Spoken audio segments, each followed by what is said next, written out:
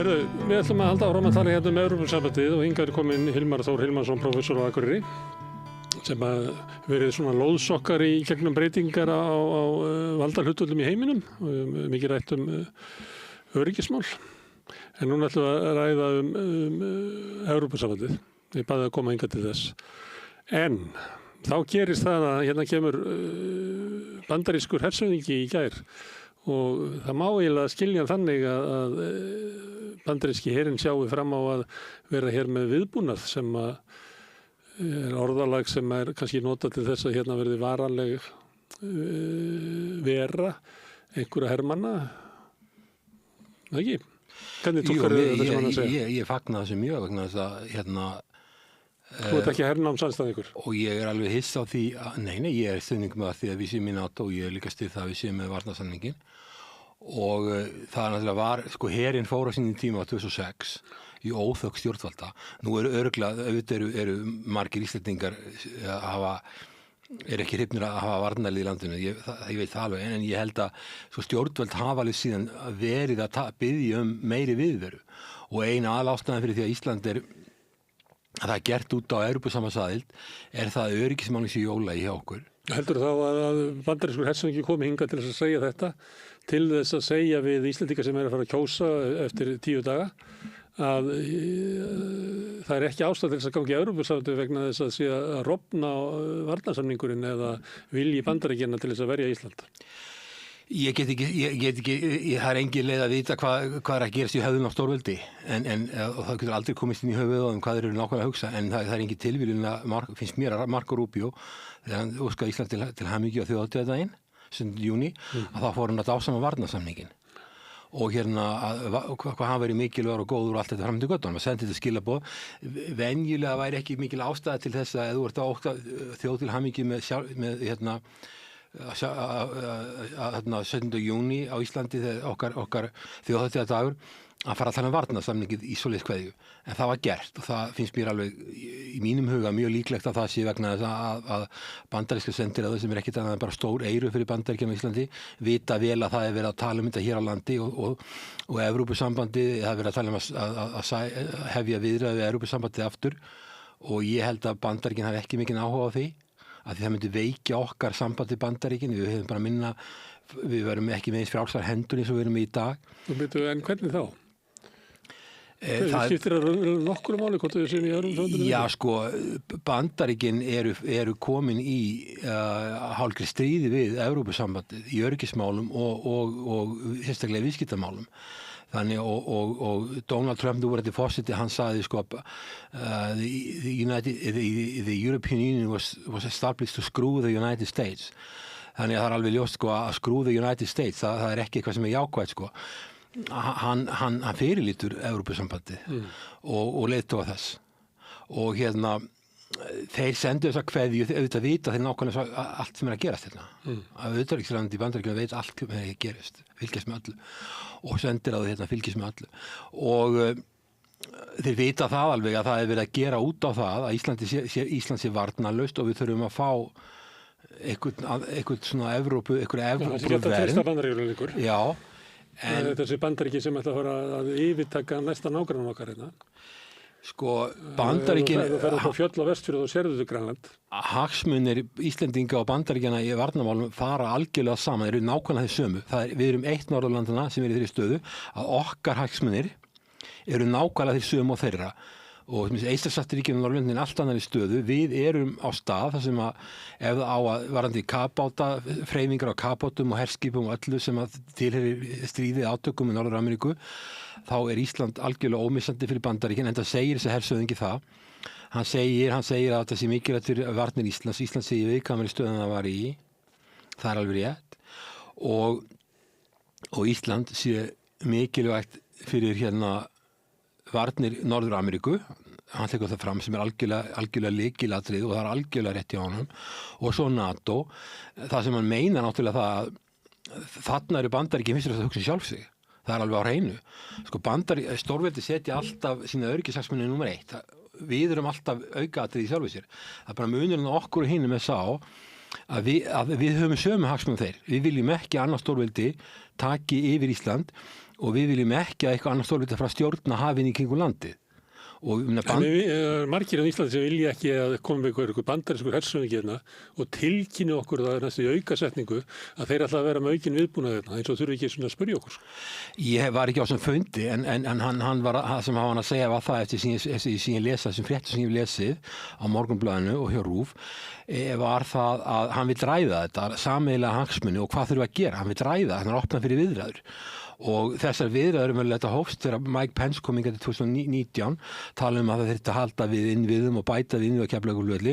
Þetta bara framhald af því og hann samkvæmt í þessum fréttum sem ég las að tala hann líka að það Bandaríkin hafi vanrækt norðurslóðir og það er algjörlega rétt hjá honum og ég er eiginlega mest hissa á því að að þetta skulle hafa gerst fyrir og ég skrifaði grein í Morgunblaðinu 12. ágúst bara núna nýlega og það sem var fjallað þessi mál bara að lykilstöð Íslenska Bandaríkjunum og við verum með nákvæmlega sem hagsmuni og það sem hann að segja er nákvæmlega sem ég átt von á stórveldi setja sína hagsmuni alltaf nummer 1 við höfum sömu hagsmuni og þeir það er ókyrrð á norðurslóðum. Já, við höfum sömu hagsmuni að því leyti að Bandaríkjamenn munu verja okkur ef eitthvað stórveldi allra ásælast Ísland.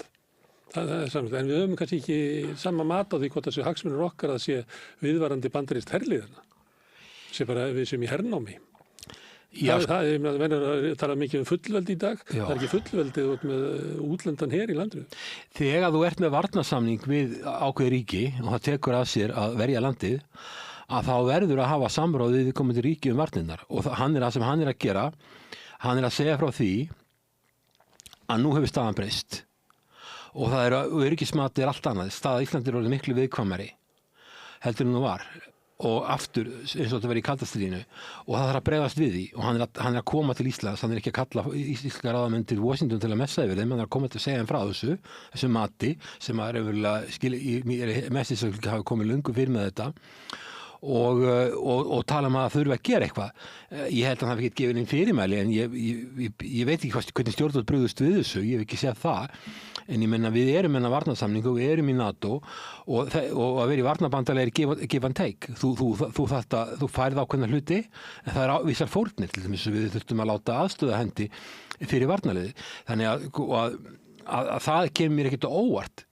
En svo líka bara hefur Evrópa verið svo ótrúlega barnaleg í öllum öryggismálum. Þú sétt mér svo það með þegar stækkun NATO, það fyrir að stækka NATO, Open Door Policy og NATO stækkar úr 12 löndum í 32. Undir forystu Bandaríkjanna. Já, undir forystu Bandaríkjanna og klappliði Evrópusambandsins. Öll löndin, ef þú fórst á NATO-fundi þegar ég var að fara á NATO-fundi fyrir aldamótin, rétt fyrir aldamótin, þá var alltaf þannig að ráðherrarnir tóku til máls þeir gekk hringinn og tóku allir ráðherrar til máls í upphæði fundar og voru með einhverja stefnu um NATO og þá bergmálaði allan hann tíma Open Door Policy.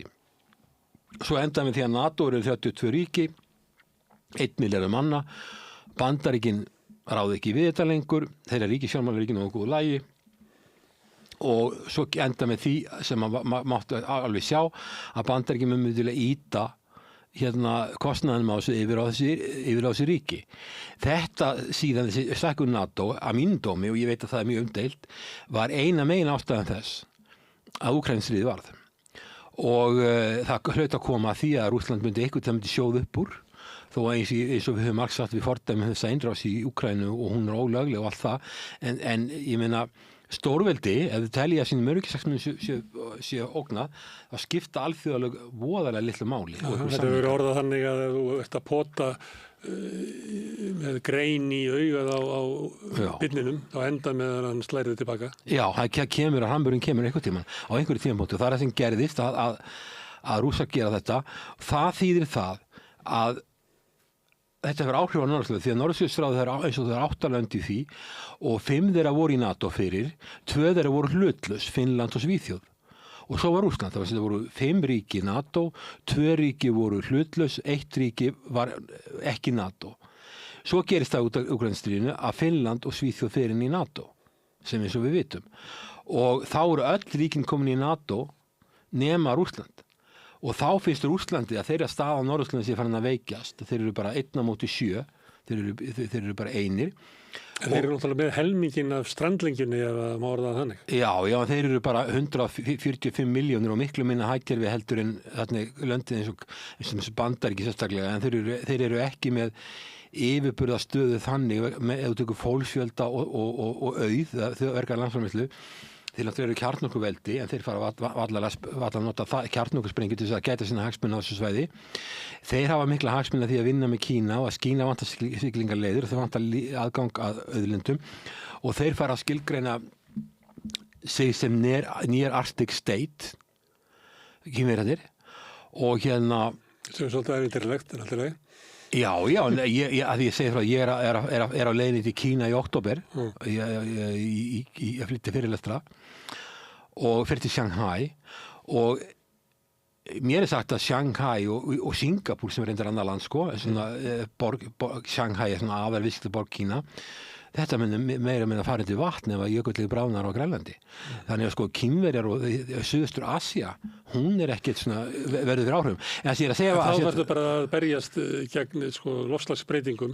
Þú gerir það ekkert á Norðurpólnum, þú þarft ekki að vera þar. Þeir eru með rannsóknarskipi, þeir eru að rannsaka hvað er að gera þarna og hvers vegna. Hvað er mannavöldum, hvað ekki og hvað er að gera þarna. Það fylgjast með. En Kína er stórveldi og þeir náttúrulega hugsa svo stórveldi og við vitum alveg hvernig þau eru. Það þeirra þjóðaröryggishagsmunir eru alltaf númer 1. Þeir fara að vinna með Rússlandi auðvitað það líka vegna þess að Kínverjar eru með gríðarlega mikið mannafla sem Rússar hafa ekki og Rússar hafa gríðarlega mikið auðlindir sem Kínverjar hafa ekki, þannig að þetta er alveg fullkomið samband sem þeir eru með, en þeir kalla þetta partnership without limits. En það sem gerist er það að Kínverjar og Rússar fara að vinna saman þetta þessu svæði, þá fara Bandaríkjamenn náttúrulega að vera nervös, þeir fara að hafa áhyggjur af þessu ástandi sem það að þessu miklu fjárfestingu sem er eiga sér stað í höfnum og alls konar innviðum á þessu svæði sem er strandlengi Rússlands. Akkur er það að vera? Ég meina, er þetta ekki bara fínt að opnist hérna siglingaleið? Það er vandamál með siglingaleiðirnar í Miðausturlönd og Súesskurðurinn og fleira. Þetta er hættusvæði, er ekki bara fínt að hafa bara stórveldi eru hrætt hvort við annað, þau treysti eins og við vorum að tala um að þú getur ekki þú varst að spyrja með Bandaríkjum hvað er að ættast fyrir, við getum ekki komist inn í höfuðið á þessu fólki, við veitum ekki hvað er að hugsa, maður getur giskað á það.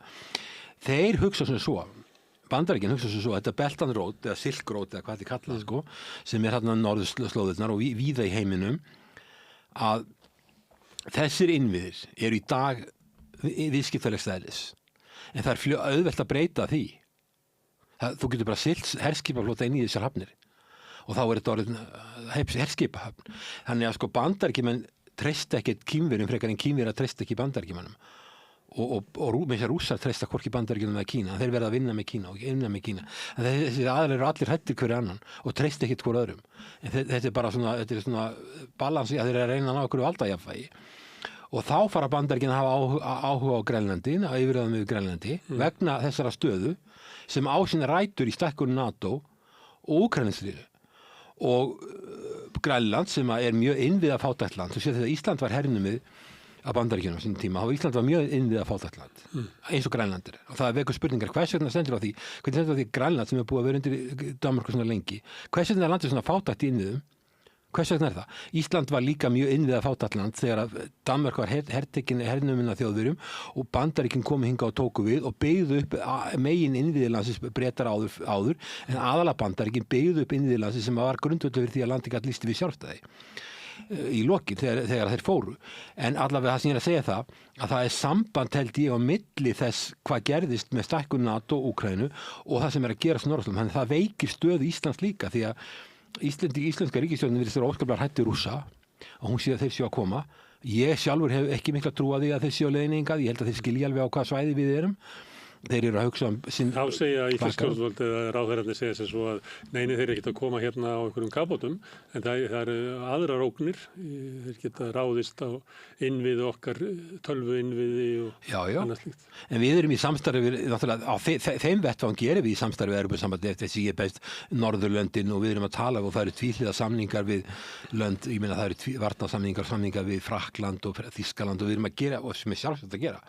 En náttúrulega Bandaríkin fyrst og fremst bera ábyrgð á Íslandi varðandi öryggismál og þeir sem þeir eru að segja bara staðan hefur breyst og þeir eru ekki að koma til Íslands og segja við ætlum að taka yfir Íslands og Grænland en þeir eru að koma ekki að segja það þarf fjárfestingu og það kemur mér ekkert á óvart að þetta er spenna og aukin áhugi þeirra á Grænlandi eitthvað sem ég myndi bara eiga að vona og svo líka vekur að spurningar það þarf að sko eins og hjá Rússamegin þá að vera að fjárfesta mikið í höfnum og alls konar innviðum til þess að gera þessa strandleikju sjálfbæra hann geti staðið undir flutningum og það setja siglaskipum þetta í gegn og það mun fara vaxandi á næstu áratugum býst ég við og sérstaklega ef að bráðnun jökla heldur áfram þarna en hinum megin við Kanadamegin og Grænlandsmegin er miklu minni fjárfesting og það þarf að fjárfesta og Grænland hefur ekki einu sinni haft möguleika á því að búa til sinni eigin innviði, hvað þá að gera eitthvað í öðrum málum og Kanada er smáríki í samanburði við Bandaríkin og hefur takmarkaða getu til að fjárfesta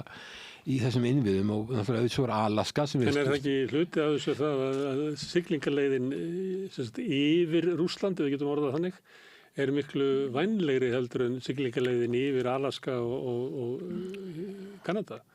Að hluta til er það þannig, en ég meina ég býst við að Bandaríkin muni vilja fjárfesta þarna í þessu, svo að þriðja siglingaleiðin, ef það verður ennþá meiri bránun miðjuna sem myndi liggja Íslandi, þannig að það getur opnast líka. En það er ef að norðurpóllinn er bara farin. Það hefur þess vegna verið fjárfestingin við Finnafjörð til dæmis snýst það, sko. Beinleið.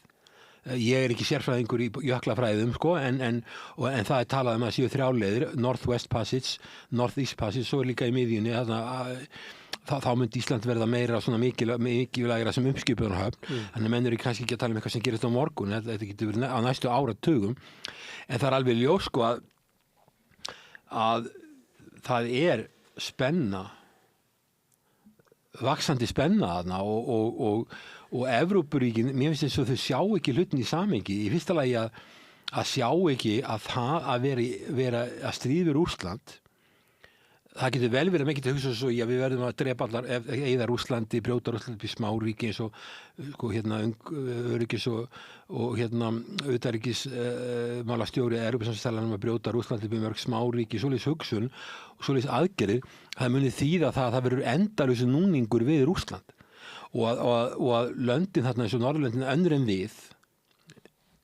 en við og svo Eystrasaltsríkin, þau verða alveg í fyrirsjáanlegri framtíð í mjög slæmu sambandi við Rússland,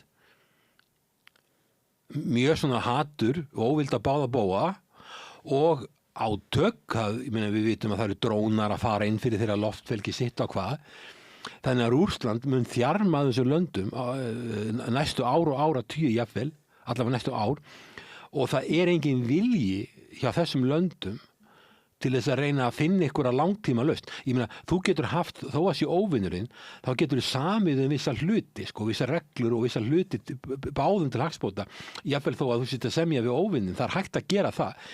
En þarna er þess hugmyndin að ekki að tala við neitt og það var trú manna í mörgum löndum eins og Eystrasaltsríkjunum til dæmis og var ég var við að það væri alveg bara nóg að afhenda Úkraínu rétta tegundir af vopnum og þá myndur sigra bara til að skömmum tíma. En þetta hefur reynst rangt og það er ekki hægt að ná alveg frið í Evrópu nema að sé einhvers konar samkomulag við Rússland. Því að auðvitað það er hinlegin að herfaðast en það löndin hafi ekki efna á því, þú veist að þau ráð ekki við mörg þeirra. Það er samt stefna sem er ríkjandi. Já, það er stefna sem er ríkjandi. Það mun leiða til niðurskurðar í velferðarmálum og pólitísk óstöðuleika með ófyrirsjáanlegum afleiðingum. En þetta er ekki sjálfbær stefna, en hvað Ísland var það þá kemur mikið óvart við þessar aðstæður að Bandaríkin fara að sýna Íslandi aftur meiri áhuga. Það er alveg ljóst að Bandaríkin geti ekki með góðu móti farið mikinn herafla eða búnað inn í Grænland núna. Það er ekki vel tekið. Það myndi valda gríðarlega mikil spennu og sambandið milli Bandaríkin og Bretlands er ekki sérstaklega gott. Þannig ef að Bandaríkin ætlar sér að auka viðbúnað einhvers staðar í heiminum, eitthvað svæði, þá er Ísland liggur best við, en við höfum ekki verið innum hörðum deilum við Trump hefur ekki, hann mismælti sig eitthvað með Grænland og Ísland þarna í Davos, en það voru bara mismæli. Hann hefur ekkert verið að tala um að skipta sér af við að taka yfirneitt, það er bara verið að tala um fjárfestingar. Það tók nú lykkju og leið sína til þess að helsa Kristrúnu í einhverju myndatöku. Já, tengdasonurinn og dóttirinn voru hérna í ferð. Þannig að það er alveg örugt að hann veit alveg hvað Íslandi er og hann hefur örugglega fengið fréttir að það er í ferð. Þannig að sko, hann veit hvað alveg örugglega hvernig staðan er og það er alveg þekkt stærð að við erum ekki að borga okkar hluti varnarmála á það sem hann var ekki. Ég sé ekki hersöðingi sem kom til Íslands. Hann hafi verið að tala um það að þið verið að fara að borga mér eftir varnarmála. Ég held að það muni aldrei vera þannig. Ég held að Bandaríkjamenn séu til í að verja Ísland ókeypis. Vegna þess að telja það bara að vera hluta sinni öryggisstefnu. Það er bara lykil þjóðaröryggisatriði fyrir þá og að frekar Íslendingar geti náð peningum af þeim eins og þið gerður umverulega þegar varnarliðið var hérna. Já. Með sérstaklega óhagkvæmum olíuviðskiptum og alls konar dóti. Íslenskir aðalveðstakar eruðu flugríkir á því að byggja yfir herinn. Já, ég meina og framkvæmdir á Keflavíkurflugvelli voru oft mjög dýrar og það var stundu spurt í þinginu hvernig stendur á því að það er svona dýrt allt á Íslandi, að byggja allt á Íslandi, okkur kostar allt miklu meira, það er heldur en annars þar. Og auðvitað var varnarliðið og varnarliðið vildi á sínum tíma gera miklu meira á Íslandi heldur en að við vorum tilbúin að taka við. Það var alltaf ákveðin tortryggni að vera ekki of háð varnarliðinu og þannig að það var þannig staða en mér kemur ekkert á óvart þetta og það verið mótsagnarkennt ef að við 2006 vorum óánægðir með það að þeir verið að draga úr viðveru sinni og þá fórum menn að spyrja hvort það væri eitthvað markaðan varnarsamning og svo þegar ég held að stjórnvöld alveg síðan hafi viljað að hafa meiri viðveru Bandaríkjanna þó að það séu til Íslendingar sem vilja náttúrulega ekki sjá neitt en það væri mjög sérstakt að stjórnvöld myndu ekki taka vel í að ræða við Bandaríkin þessar fjárfestingar og þessa innviði og reyna að sjá hvernig það fer. Auðvitað náttúrulega þegar Bandaríkin fóru hérna þá skildur bara heilt sveitafélag eftir og þetta var tekið yfir að ríkinu og svo var þetta selt meira og minna og það er svæði á Keflavík sem tilheyrir NATO. NATO ekki íbúðar byggð fyrir hermenn með varanlega búsetu. Þeir eru með íbúðabyggð bara miklu minni. Þetta er ekki svona eins og það var. Þetta er svona gert ráð fyrir það sem þú ert bara sendur hingað upp og ert bara í 3 vikur. Svo ekki farið aftur heim. Þetta er svoleiðis. Þetta er svona rotation. Gisti heimil einhvers. Já, þeir eru með einhverja gistingu og landhelgisgæslan er með töluvert mikla aðstöðu þarna og er þá að vinna í tengslum við NATO og svo Bandaríkin.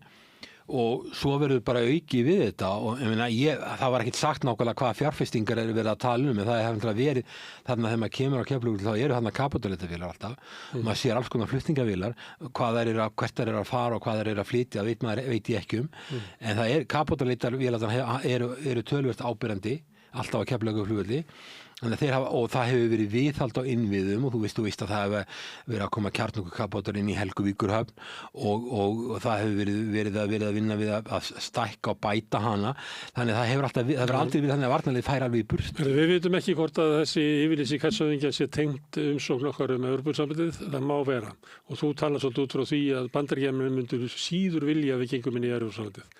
Hins vegar hefur verið í umræðinu með Evrópusambandið já fólkinu lögð töluvert áhersla á öryggismál að vegna breytinga í heiminum vegna þessa stjórnvalda sem Bandaríkjamenn hafa kosið yfir sig að þá verðum við að hafa kannski fleiri stoðir undir öryggi okkar. Ein væri það að ganga inn í Evrópusambandið þar sem er liður í sambandinu að löndin eru með svona ákvæði að verja hvort annað. Heldur Ísland betur sett í öryggismálum með gangin í Evrópusambandið? Evrópusambandið er með paragraf eða klásúlu varnarmál og hún er miklu sterkari orðalega heldur en að 5. greinin. En það er náttúrulega eins og þú vitum, það er engin sameiginlegur her og þetta eru 32 lönd öll með mismunandi kerfi, mismunandi stjórnkerfi, mismunandi búnað. En samt náttúrulega að langstæstu leyti búnaður herjanna samræmdur bara út frá NATO. Og það til þess þegar Finnarnir koma og fleira, þá bara farið út í framkvæmdir við að breyta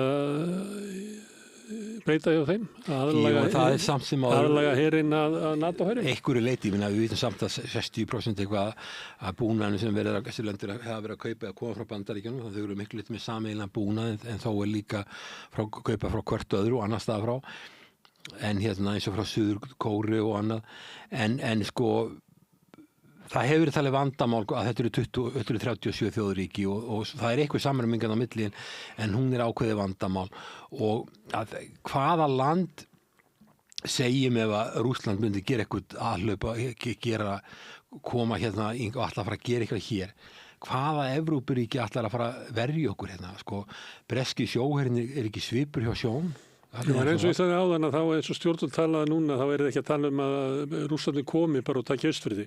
Þetta frekar að það verði einhver hernaður í svona nethernaður eða það verði skornir svolítið kaplar og eitthvað fleira og þá betra að vera í kompaníi með þjóðum. Já, þetta held ég. En þess að ég var að segja það, Bretland ekki inn í Evrópu, en það eða Þýskaland eða Frakkland, ég held ekki þessu löndum myndi verja okkur í stríð, þau myndi allir nóg með sjálf sig. Það engin sameiginlegur hér.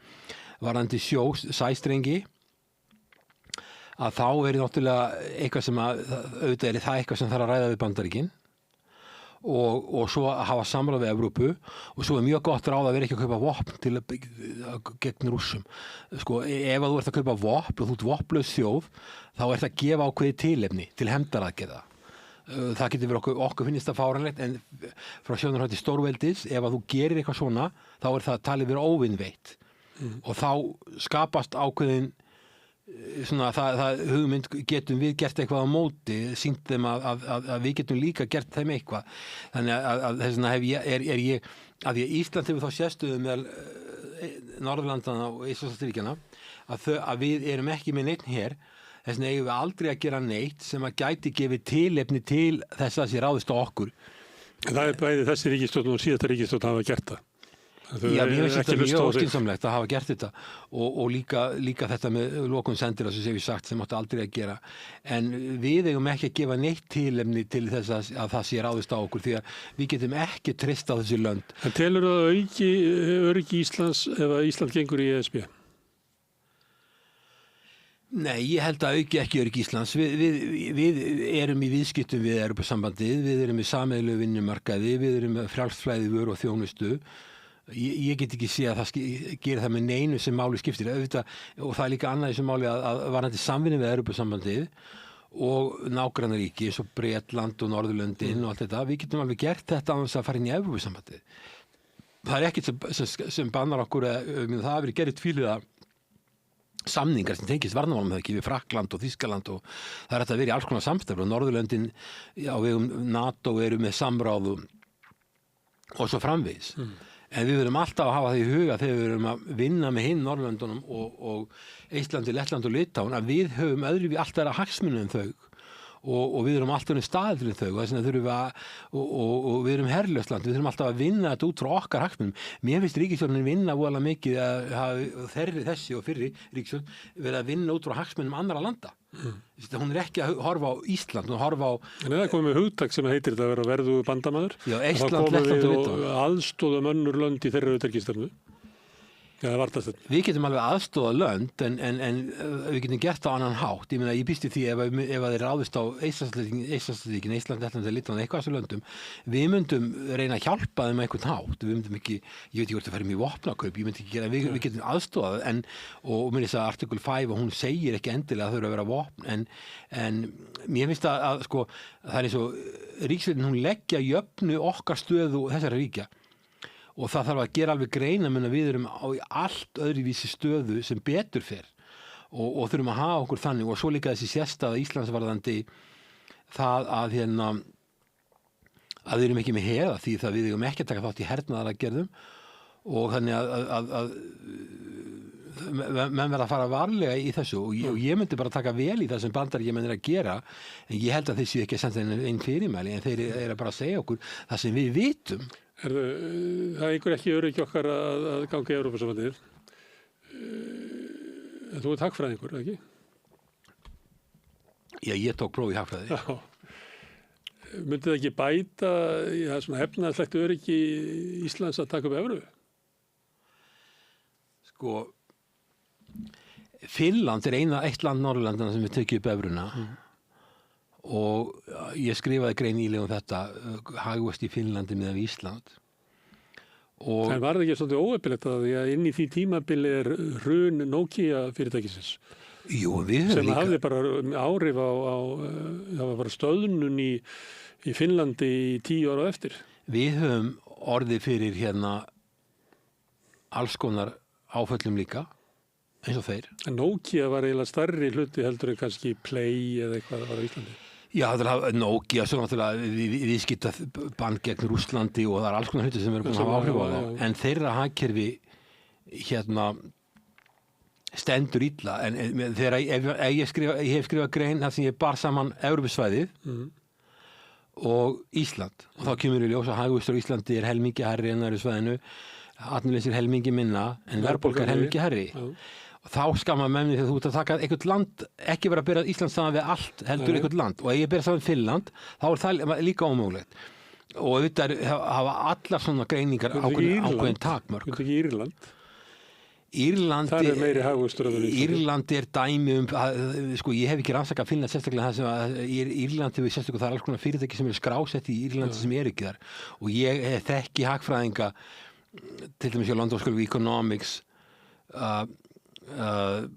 prófessor sem ég var í sambandi við þegar ég var í Cambridge og hann sagði við mig takt ekki marka á reikningum þjóðhagsreikningum Íra, það er ekkert að marka þess þjóðhagsreikninga og það var fleiri sagt með þetta. Þetta verið skráð velta fyrirtækja sem aldrei dýf ekki tanni eins og inn í Írland. Ég hef ekki rannsakað þetta en mér var gefið í skynið mig að þessi þjóðhagsreikningar þeir væri ekki að sína raunverulega stöð. Það er lágskattað land sem að laðar að sér. Já. Ég held að það er ekki Facebook í Evrópu og fleira sem eru skráð í Írlandi. En þú hefur kynntið sérstaklega Eystrasaltslöndin og Vísegrænlöndin sem eru hvað er það, Tékkland, Ungverjaland, Pólland og Slóvakía. Já. Ég myndi halda það ef við færum inn í þessu lönd og spyrjum hver er það góð reynsla af þessu lönd séu inn í Evrópusambandinu? Ég held að mikill meirihluti segi já. Það er spurningi hvernig spyrðu? Ég er að fara til Kína og við höfum Erasmus. Evrópusambandið, þetta er Evrópusambandsprógram. Ef að ég var í spurður varðandi Ísland, er ekki eitthvað jákvætt gott við Evrópusambandið sem okkar samstarfið þá sem skilur okkur gott? Jú, það er örugglega að telja upp ýmsa hluti, til dæmis nemenda og kennaraskipta sem Evrópusambandið er á undan öllum öðrum. Evrópusambandið er lang fremst og best þegar kemur að því að fjármagna. Jú, en fólki sem svarar þessum spurningum í þessum könnunum. Ég hef ekki séð spurningar þar. Ef við myndum spyrja, heldur að landið þitt hafi haft gott að því að ganga í Evrópusambandið? Ég myndi halda að það væri svona 70% í þessu löndum. Já, það er spurningi, hvað áttu við að sé gott? Það er örugglega. Fólk metur það bara sjálft og það kann alveg að meta það. Ég veit ekki, hvernig er spurningin nákvæmlega? Ertu sáttur við veru landsins í Evrópusambandinu? Ég hef ekki séð þessar spurningar og ég hef heyrt þetta áður en ef þú skoðar stöðu þessara landa þessara sem þú nefndir Vísegrænlöndin og Eystrasaltsríkin, þá er náttúrulega alveg ljóst að þessi lönd er að fá mun meira út úr Evrópusambandinu heldur en þau leggja þarna inn. Og ef þú tekur Eystrasaltsríkin, þá eru þau logandi hrædd, þau eru með landamæri við Rússland, Litáen við Kaliningrad sem er hluti af Rússlandi og síðan Eistland og Lettland sem eru vesturlandamæri, að þau taka allan samruna, efnahagslegan, pólitískan og alþjóðlegan samruna sem þau geta fengið. Það er alveg sama hvað nafnið er nefnir. Og það er ekki aðalega út af efnahagsmálum. Það er út af öryggismálum. Þau telja sig bara öruggari að vera límd eða tengd einhverju eins nánum böndum eins og hægt er. eins og sumir nefna í varðandi inngöngu Íslands í Evrópusambandið. Það ekki margir. Við erum ekki minni landamæri yfir Rússland. Samt eftir sem áður leggja sumir mikla áherslu á öryggis. Já. Sem að þú segir að Evrópusambandið mun ekki auka öryggi. Það er aðrir sem að segja. Þeir geta það ekki. Þú verður að hafa búnað almennilega sjóher og hvenær heldur ef það er í stríði meginlandi Evrópu heldur að frakkar eða þjóðverjar eiga lítinn sjóher, frakkar það er ekkert öflugt breski sjórin sem er endur ekki í Evrópusambandinu, hann er svipur hjá sjón. Hvaða land er það? Heldur að Ítalir fara að senda henga herskip til að berga okkur? Ég meina, hver er það sem á að gera eitthvað? Ég er ekki haldið sem fram, ég er bara að benda á að sumir taka afstöðu þetta er bara vitleysa. Út frá öryggisjónum. Þú hafna því bara. Ég hafna því algjörlega vegna þess að sko, það er ekki nóg að þú hefur þú hefur fallegan vilja til að hjálpa ykkur landi ef þú hefur ekki búnaðinn til þess og ekki getuna og ég meina það er alveg ljóst að það er sama við hvernig þú talar.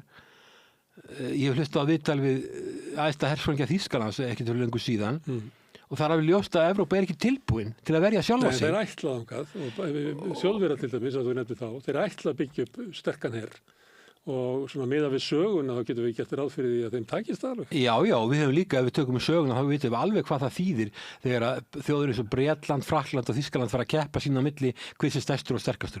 Við erum búin að sjá 2 heimsstyrjaldir á síðustu öld í því máli, en við vitum alveg hvar það endar ef að þessi lönd fara að keppa. En Bandaríkin eru í dag það land sem að við er langöflugast, hafa öll tækin og búnaðinn til að verja okkur, eru tilbúin til þess núna og munu gera það raunverulega hvort sem við viljum það ekki. Þeir eru fyrst og næst að hugsa sína hagsmuni. Já, ok, við sleppum öryggismálunum og við myndum orða spurninguna þannig við séum bara venjulega Pólverja. Telur þú að efnahagslegur uppgangur í Póllandi megi rekja til þess að Pólland gekk inn í Evrópusambandið? Ég er næstu vissum að við fengjum það sama, 70-80% já. Pólland náttúrulega var mjög mikið landbúnaðarland þegar það gekk inn í Evrópusambandið og þurfti að fara í getum mikla fjárfestingu og ég var að vinna í SS-ríkjunum sín tíma. Þá var það þannig að þessi lönd voru að fá styrki í landbúnaðar og dreifbýlismálum og svo var þetta innviði og þá var það þannig að 75% af fjárfestingunum var greitt að Evrópusambandið sem styrkir.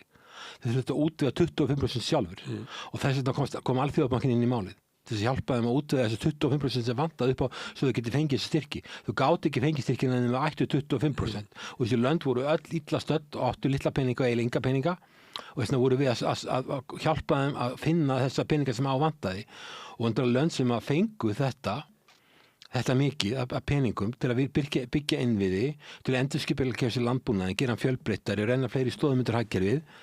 Auðvitað voru þau mjög ánægð með þetta en við myndum ekkert fá þetta. Ef við verðum að fara inn þá myndum við ekkert fá, við myndum alveg örugglega að vera land sem verður að greiða meira inn í þetta heldur en að við fengjum tilbaka. Þannig að ég er ekki að segja það að enda, þú sér það með varandi Ísland, þá eru mjög skiptar skoðanir hér.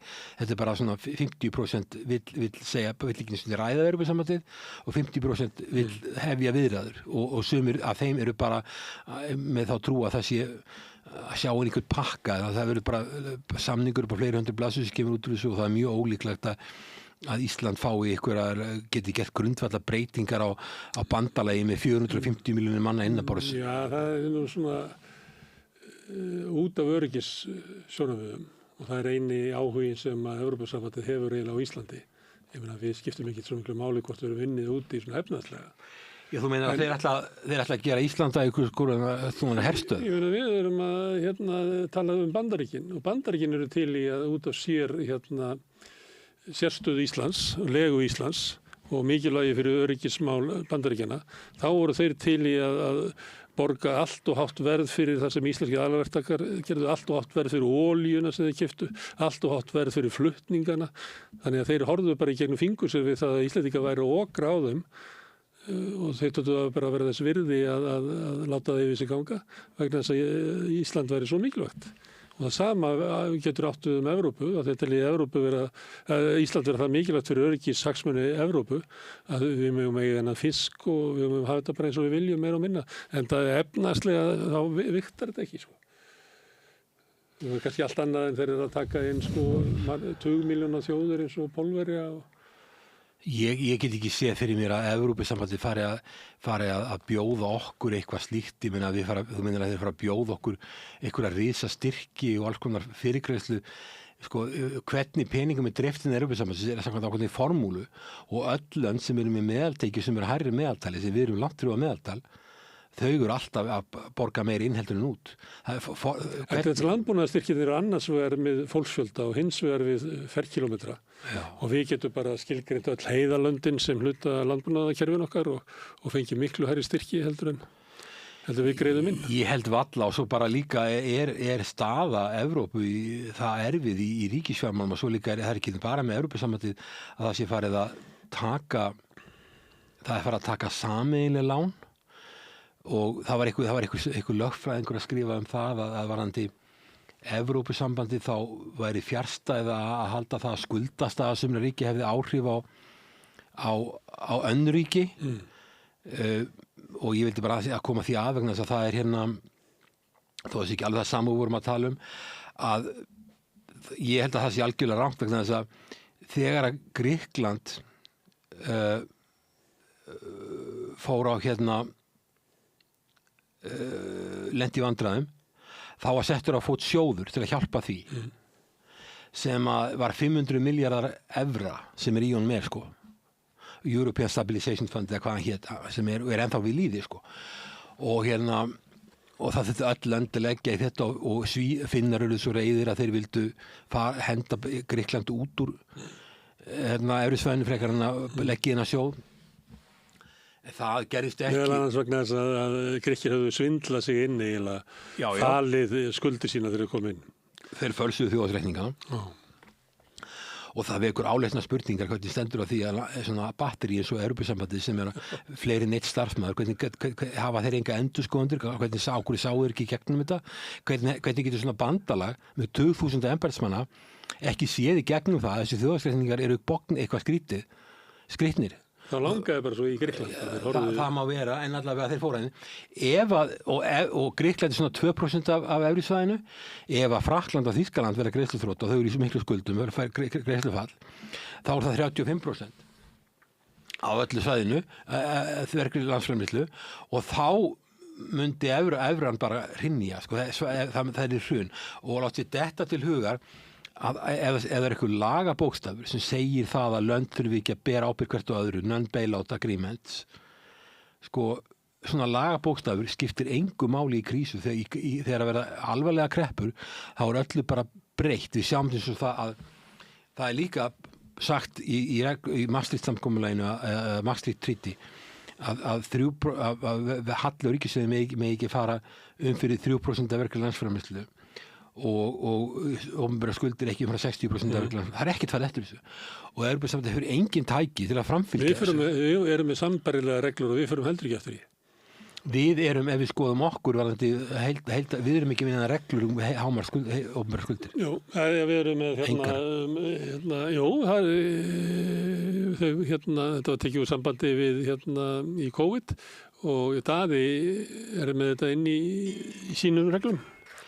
Ég veit ekki hvað hann er persónulega að gera, en það er engar reglur Ísland hvað halli á ríkissjóðum að vera mikill eða opinber skuldastaða. Það getur vel verið að fjármálaráðuneytið hafi ykkur viðmið, en það er engin Maastricht Treaty, ykkur lög það. En ég meina, við erum innan þess að við erum eitthvað 56% af verkli landsframleiðslu sem opinberar skuldir og sem við höfum farið miklu hærra. Í kreppunni 2008-2009 fórum við eitthvað 100%. En það var líka bara því að þá voru eignir sem þurfti að selja sem síðan greiddu þetta niður. Og svo 2016 var gríðarlega innspýting inn í hagkerfið hjá okkur þegar þeir sem áttu gjaldeyri hingað hérna, fengu að taka hann út og borguðu skatt. Og þá var mikill afgangur á ríkissjóði 1 ár. Já. Og við erum komið þessi mál, okkar ríkissjóðmál í sæmilegt lag. En ég meina, ég held að ef að þessi lönd fari í greiðslufall og það vandi með þessi lönd eins og ég Ítalía og Frakkland þetta eru lönd sem öldurinn að vera mikil, þetta eru lönd sem þurfa að fara í mikil útgjöld varnarmála, þetta eru lönd sem eru mjög viðkvæm fyrir því að niðurskurði í velferðarmálum og að öfgaöfl ná í fótfestu og taki völdin og sum þeirra vilja fara út úr Evrópusambandinu og ef það verið greiðslufall á sjálfsögum löndum eins og var hjá Grikklandi að þá myndi það vera ef að Evrópusambandið gat valla ráðið við 2% eins og Grikkland hvernig á það ráðið 35%? Þannig að, og þú getur með varandi hlutfall opinberra skulda verkleg landsframleiðslu, þú getur unnið út við með tvennum hætti, annars vegar með því að hafa hagvöxt, þú getur látið skuldirna bara eiga sig, jafnvel látið þeir vaksa, eða þú bara með nógu mikinn hagvöxt, eða ef þú greiðir niður skuldirnar, en hagvöxturinn ekki til staðar. Og ég meina, hver trúir því að verði eitthvað mikill hagvöxtur í Frakklandi og Ítalíu næstu ár eða 10 ár? Ég á erfitt með að sjá það. Það sem ég á hins vegar auðvelt með að sjá það gríðarleg og vaxandi pressa á ríkissjóð, enda eru fyrirtæki sem meta lánshæfi að lækka þessi lönd. Þau eru að minnka lánshæfi þessara landa, beggja landa ef þau eru á niðurleið. Hvers vegna? Af því það bara meiri áhætta. Og það ekkert sem bendir til þess að það muni breytast á næstunni. Þau hafi ekki AAA, sko, þarna, þú veist hvað það eru Moody's og alls konar fyrirtæki sem að meta þetta. Og það er nú ekki gáfulegra en svo að þeir gáðu Íslandi þetta og meiri fyrirtækjum sem áttu Landsbankann og Kaupþing gáðu AAA. Já, sko, það fyrirtækjamat, en Ísland var komið í AAA, ekki? Í 2007. Ísland hafði gott lán sem var farið að lækka fyrir hrun. Það var byrjað að lækka Ísland og svo lækkaði það meira og undanfærin ár hefur Ísland verið að smátt að hækka. Þetta er sjónarmið það að Evrópa standi bara illa, þessi á brauðfótunum, þessi búin að vera í efnahagslegri stöðnu lengi og þar að leiðandi ættum við ekki að blanda okkur inn í þann hóp. Sko, Evrópa náttúrulega mjög rík álfa, það ekki spurningu það, og tekjurnar verklandsframleiðslumann mjög há, þetta mjög rík álfa, en þetta er ekki álfa sem það gerðan mjög mikla kröfur. Og það þýðir það pressa á ríkissjóði og það orðið ósjálfbært. Þegar þú ert komin með blöndu þannig að það eru mjög lítið af ungu fólki sem þarf að halda uppi mörgu gömlu fólki sem þarf meiri heilbrigðisþjónustu, þarf að komast á eftirlaun, þá verður enda með því að kerfið verður ósjálfbært. En þú ert ekki að borga eftirlaunin á Ítalíu í dag, ef þú Dani. Við borgum bara okkar gamla fólki.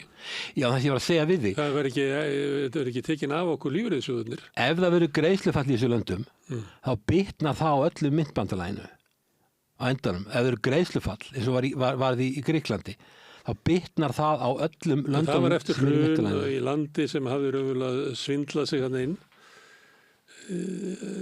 Trúir því að það verði þannig á Ítalíu eða að Ítalía lendi í greiðsluþroti? Það er ekkert að útiloka það. Þeirra opinberu skuldir eitthvað 140% af verkleg landsframleiðslu og horfurnar ekkert góðar. Ég bara að segja það, auðvitað vonum að það verði ekki og ég ekki að segja það verði, en ég bara að segja það, þú þarft að skoða þessa áhættu og það ekki rétt að halda því fram að non-bailout agreement að lönd skuldbindi eins og það non-bailout agreement farandi Grikkland, en það algjör óvissa sem ríkir það ef að lönd þurfa að fara út í myntbandalagi, hvaða afleiðingar það hefði fyrir trúverðugleika myntbandalagsins og hvaða áhrif hefði á önnur ríki. Þess vegna var lögð mikil áhersla á að halda Grikklandi inni og stofna sjóð sem núna núna ennþá starfandi með 500 milljarða evra.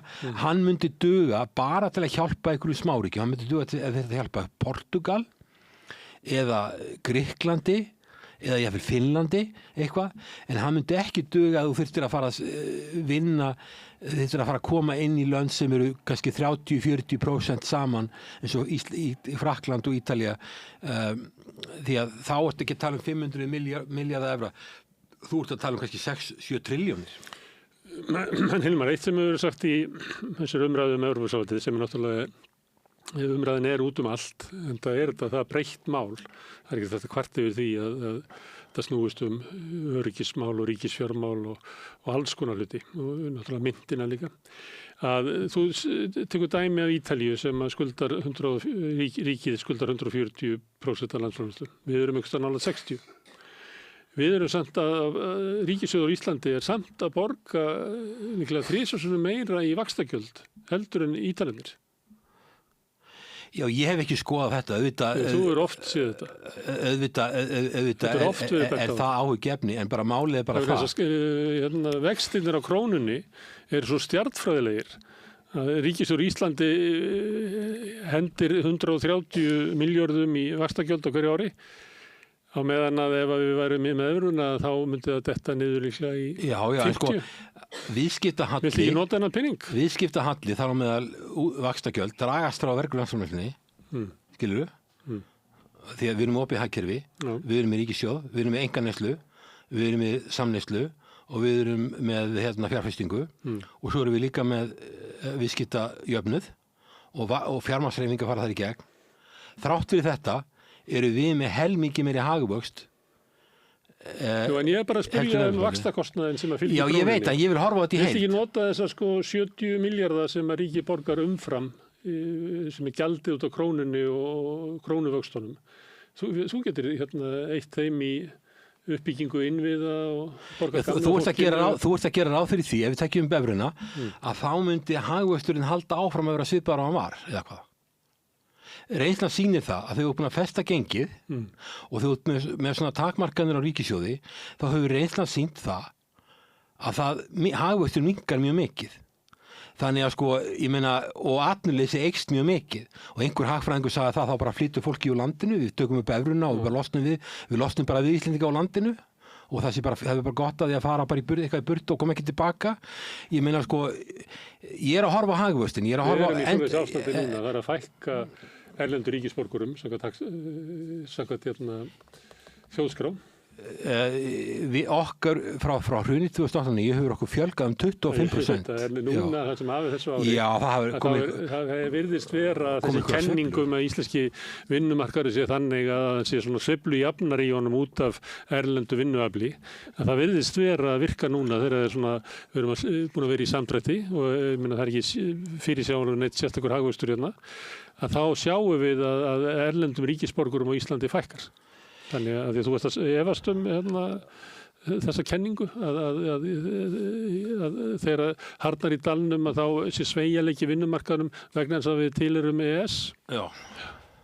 Það virðist vera til þessu ári sem benda til þess að svo sé. Ég skrifaði greinum nýlega í Morgunblaðið og sýndi þróun á Íslandi og bara saman sem Lettland sem með evruna og lettum frá 2008-2009 það fjækkaði lettum með 15%. Á 2008-2009, 2008-2025, 15%. Mest af þessu var ungt fólk og bestmenntaða fólki, þetta er fólki sem ég hef verið að kenna. En það fólk var að fara til landa þar sem að launin voru kannski 4 sinnum hærri heldur en í sínu heimalandi? Ekkert endilega, en það var bara búið í kreppinu 2008-2009, það var skólum lokað í miklu mæli og sjúkrahúsum og fólk sá bara enga framtíð. Það fer úr landinu, þetta fólk, það því að hagkerfið eru ósjálfbært, vegna þess að þú komið svo mikið af gömlu fólki og svo lítið ungu fólki sem til þess að vera með velferðarkerfi og geta rekið eitthvað velferðarkerfi, eitthvað viti, þá verður að vera með mikinn fjölda ungu velmenntuðu fólki sem er að borga háa skatta. Eins og við erum með. Já, annars getur þetta ekki. Já, við höfum okkar aldursdreifing er miklu hagstæðari heldur en þeirra. Við erum með út af innflytjendum. Já, innflytjendur spila mikið hlutur, tala við pólverjarnir, gera mjög mikið hér á landi og vinna alls konar störf sem við erum hægt að vilja vinna. Þeir skila miklu til þjóðfélagsins.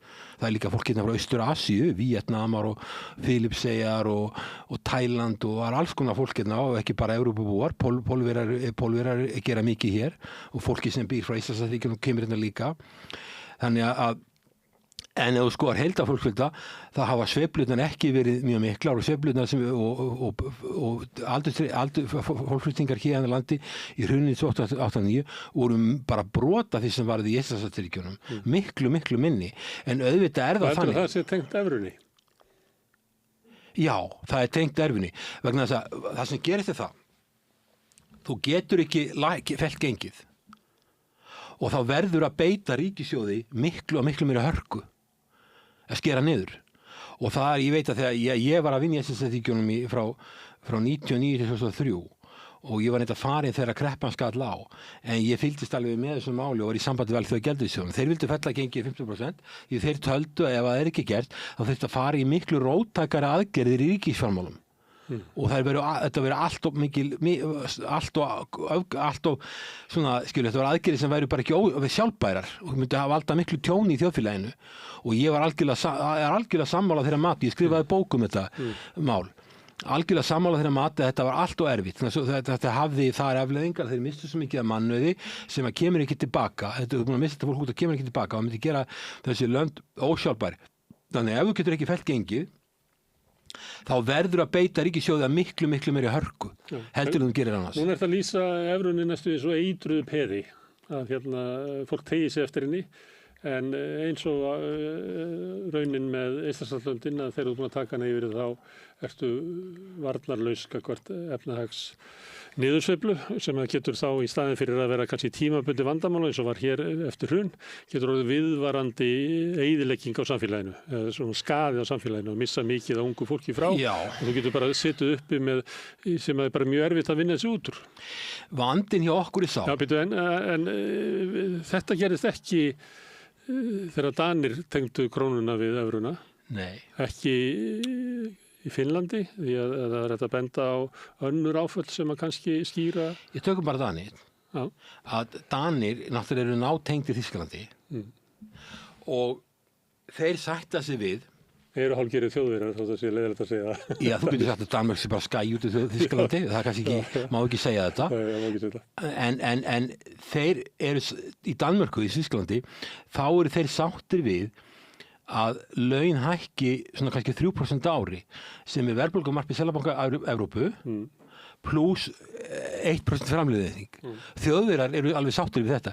Við hérna erum að semja kannski 10-15% launahækkun, kannski áður fyrir. En mælurðu með því? Nei, það er algjört brjálæði. Já, er það ekki bara gott að ganga inn í Evrópusambandið og neyðast til þess að semja? Jú, ef þú hefur enga trú á Íslendingum og halda að ef að þú dregur þá ályktun, Íslendingar get ekki lært það reynslunni og get ekki verið skynsamir, að þá er Evrópusambandið kannski lausn, ég veit það ekki.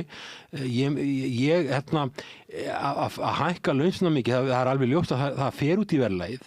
Laun hafa hækkað mikið. Alþjóðagjaldeyrissjóður sem að þú vannst hjá. Já, í Alþjóðabankin. Já, þeir segja að 11% af verðbólgunni megin rekja til launahækkana. Á Íslandi? Já. Í skýrslum sem kom í síðustu viku? Já, það er alveg ljóst að það sem við erum að gera, við hækkun launin í mikið í prósentum og við vitum það að ef það er uppsveifla þá er þetta að halda einhverja af þessum raunlaunum í gangi, að hækka launin eitthvað umfram, það verður búin ykkur. Þegar kemur skellur þá verður að lækka þetta aftur og þá er þessi hleypt út í verðlagið og við gerum það. En þetta þýðir líka það þegar verðlagi hækkar svona mikið vegna launahækkana að þá bregst Seðlabanki við með stýrivöxtum, hækka stýrivöxt til þess að... Þú losnar við þetta ef þú tekur upp evru? Já, býtur nálegur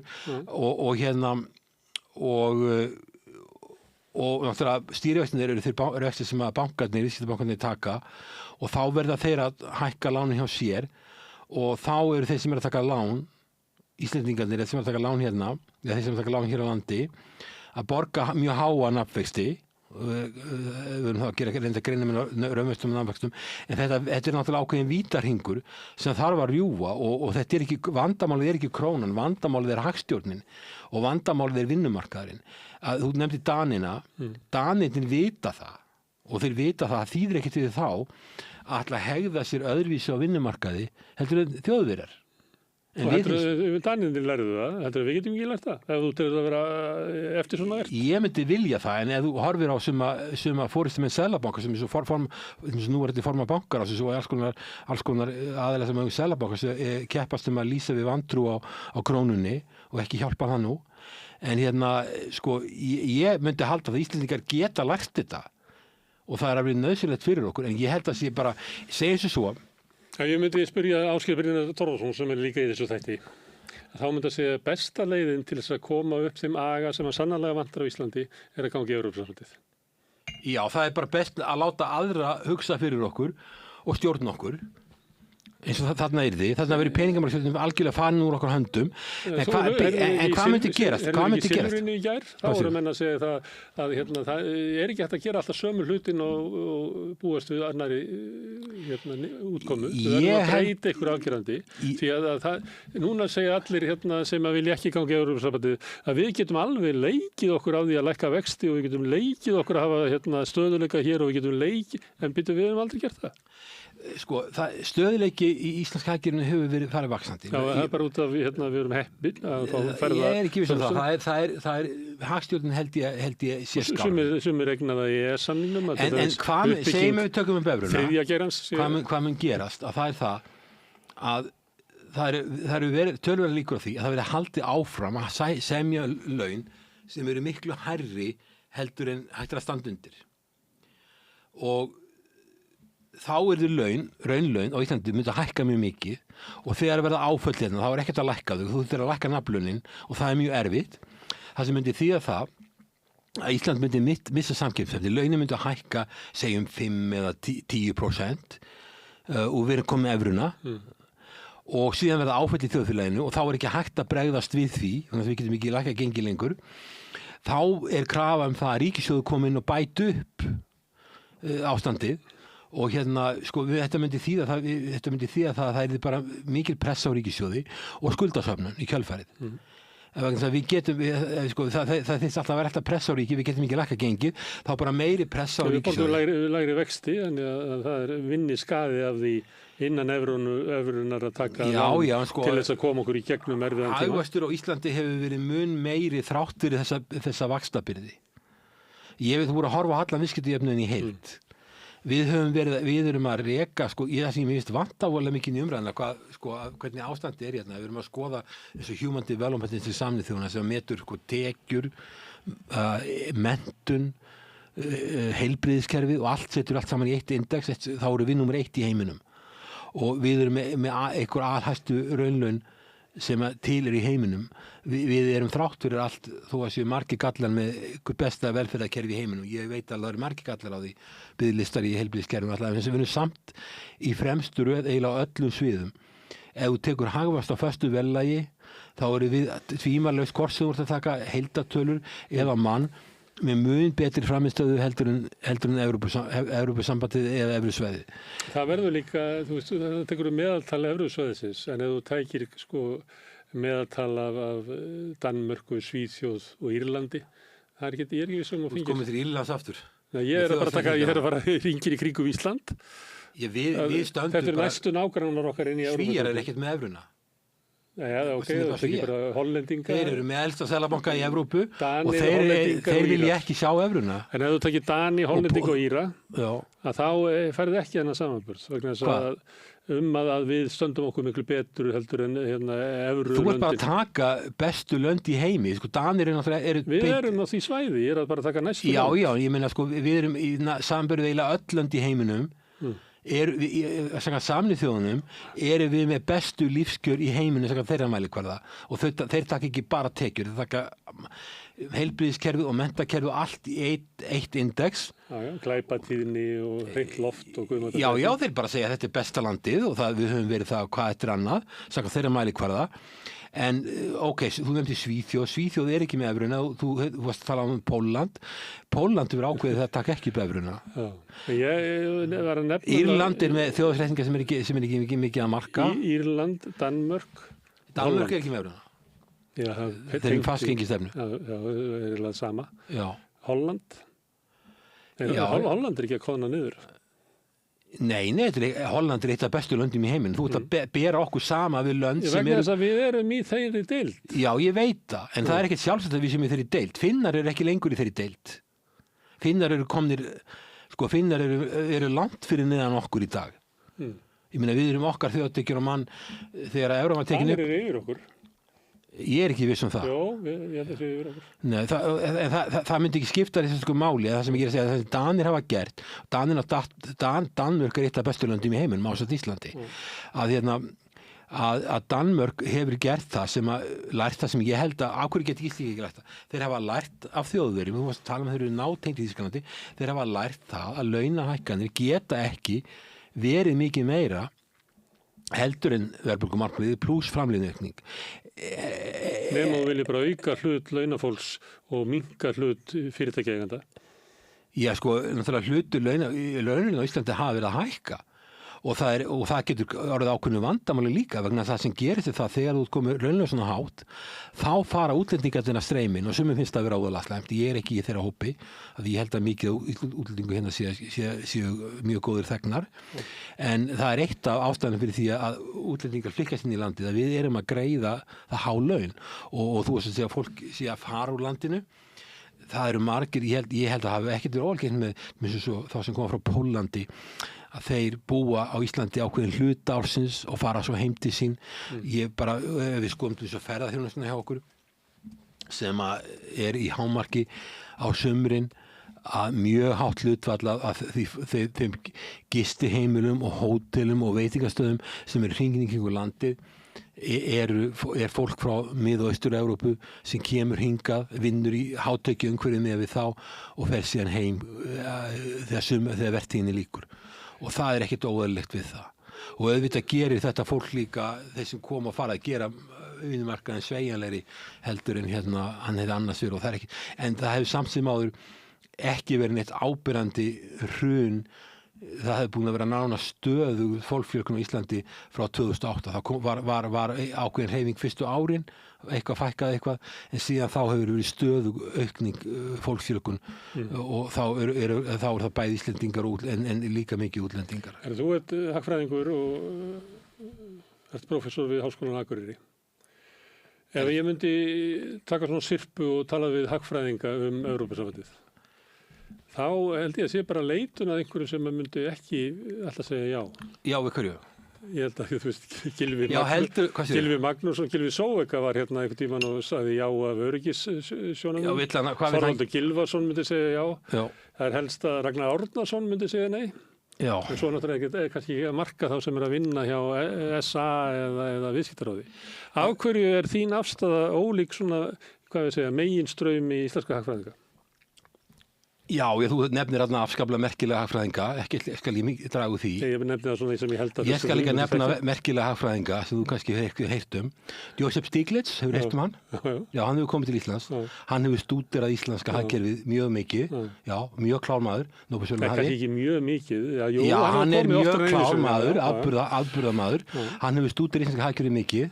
Hann er með nákvæmlega sömu skoðanir í. Hann náttúrulega hefur ekki trú á evrunni, sko. Og ég held að hann sé sko ekki lakar en þessi íslensku hagfræðingar sem þú nefndir og svo getur nefnt annan við þig. En hann telur bara með evran almennt sé mistök. Paul Krugman er annar hagfræðingur sem var í Princeton og Nóbelsverðlaun hafi hagfræði.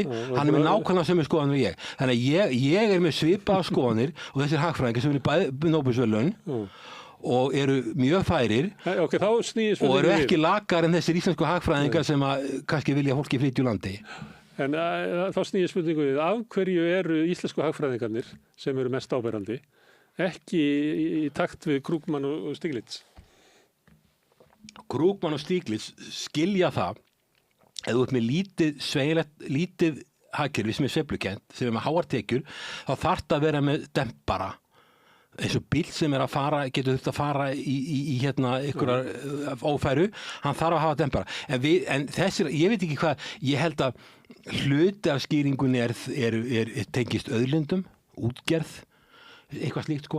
En ég veit ekki, þú var eiginlega að spyrja mennis og Þorvald og þess aðilas og Gylfana hvaða hann um að ræða. En ég allavega út að gefa í skýna að því ég sé Háskólann á Akureyri að ég sé með einhverja sveita hagfræði. Þá er ég bara með mainstream hagfræði frá tveimur hagfræðingum sem eru eiginlega nákvæmlega sömu skoðanir ég sem eru bara algjörlega leiðandi í heiminum. Það var alls ekki þannig sem ég nefndi Háskólann á Akureyri vegna þess að ég var eiginlega að tína til hagfræðingar sem eru í háskólakerfinu.